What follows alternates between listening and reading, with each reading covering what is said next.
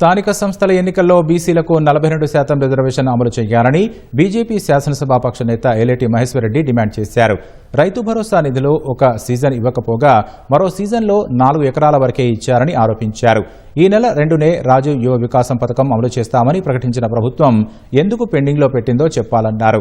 నిరుద్యోగులకు కాంగ్రెస్ సర్కార్ మోసం చేస్తోందన్న ఏలేటి మంత్రివర్గ సమావేశంలో రాజీవ్ యువ వికాసంపై నిర్ణయం తీసుకోవాలని డిమాండ్ చేశారు. బీఆర్ఎస్ హయాంలో అవినీతి అక్రమాలకు పాల్పడిన వారిని ఎందుకు జైల్లో పెట్టడం లేదని ప్రశ్నించారు.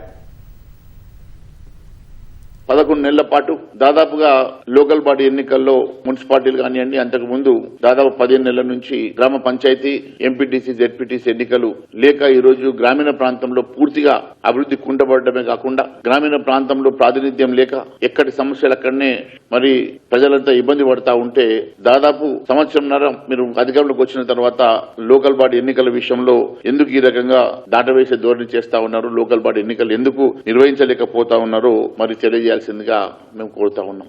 దాదాపుగా 23,973 మందికి మా పెంచిన రిజర్వేషన్ వల్ల బీసీ సోదర సోదరిమణులకు లబ్ధి చెందుతుందని చెప్పినటువంటి రేవంత్ రెడ్డి గారు ఆ ఊసే లేకుండా ఈరోజు దాటవేసే కార్యక్రమాన్ని చేస్తా ఉన్నారు.